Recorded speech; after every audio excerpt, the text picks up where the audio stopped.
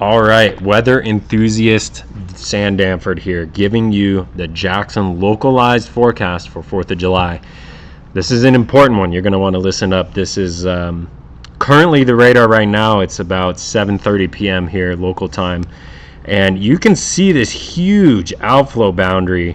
I want to show you this massive outflow boundary that is just coming out of these line of storms out here near Idaho Falls right now. Absolutely getting pounded with thunderstorms. And Jackson area, actually right now, if you're camping up in the national park or trying to have an evening out, well, you better look out over the mountains, because there's definitely some things forming right over the mountain as this cool air collides with some warmer air this evening. So you'll also feel a cool breeze coming down.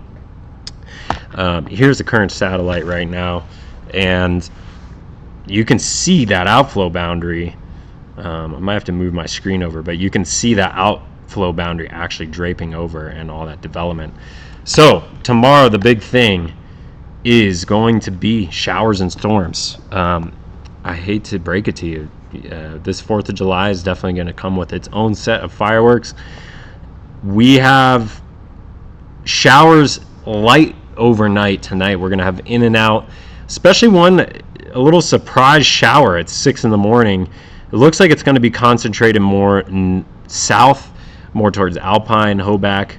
So most of that is going to be down there, but you might get a little drizzle in the morning, and you might be like, oh man, is this how 4th of July is going to go? However, it is going to get sunny. It's going to be pockets of cloud and sun most of the day. You'll feel warm up probably around till noon, and then coming around to 1 or 2 p.m. you can see here, this is what the radar could look like, and you can see right at 2 p.m. here, big time thunderstorm. Nothing tomorrow. The main thing I want to mention is nothing tomorrow is going to go within severe limits. We may get some gusty winds for sure, is going to be the main thing, and high precipitation with some of these storms, which we need pretty bad. But no hail or anything like that. Nothing is going to grow tall enough to really get severe,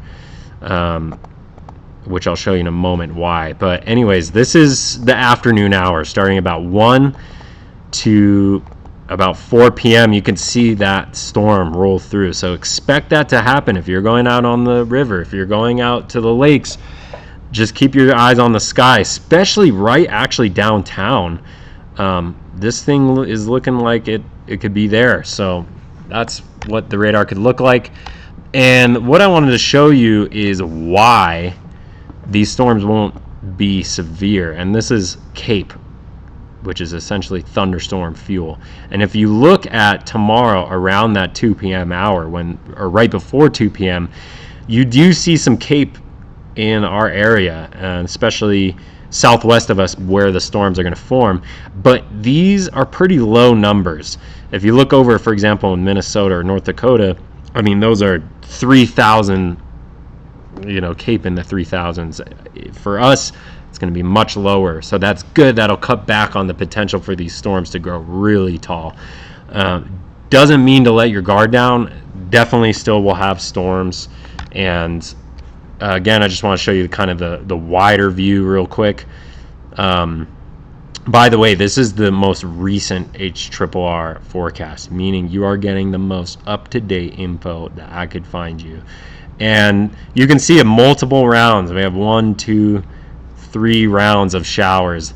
The first one at 2 p.m. is going to be the most aggressive. The other ones after that will be a little bit more of a shower, a quick hitting shower. The other thing I want to mention with these is they're going to move really fast. So that's good. So if you see a thunderstorm at 2 p.m., if you have a way to get to a little safer of a spot, preferably not be out on the water, let that shower pass, that thunderstorm pass, and then you should be good.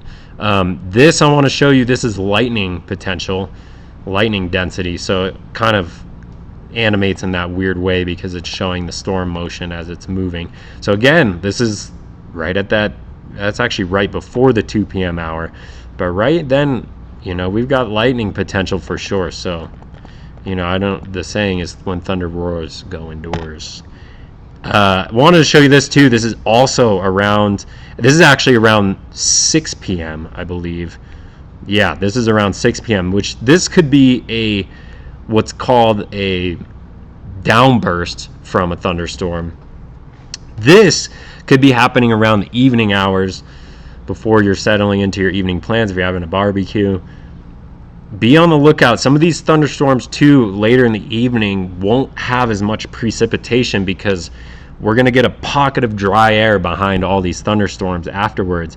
And what it's going to do is it's going to cause a lot of thunderstorms to kind of break apart in the evening, which is good. We're not going to get as big, hard hitting of a storm. However, the winds that are going to come out of these will be substantial. And I just want to show you, we're clocking here in this model, this recent scan, a 40, that's up in the mountains, 43 miles an hour. But down in the valley, like a line of winds of, gusting to up to 35 miles an hour is significant.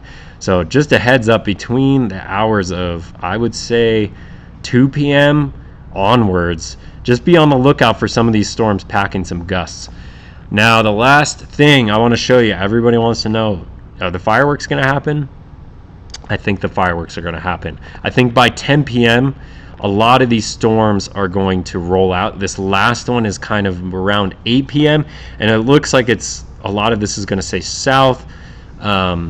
And whatever happens, like I said, will kind of create a downburst effect. The storm will dissipate, and we should have that out of our hair before 10 p.m. So looks like we're going to have fireworks, but during the day for your activities, it's going to be a showery, thunderstormy day, gusty winds, in and out clouds and sun. So just keep a heads out there, and I hope you guys have a happy 4th of July. We'll talk to you next time. Sam Danford signing out, weather enthusiast, Jackson Weather. Let's go.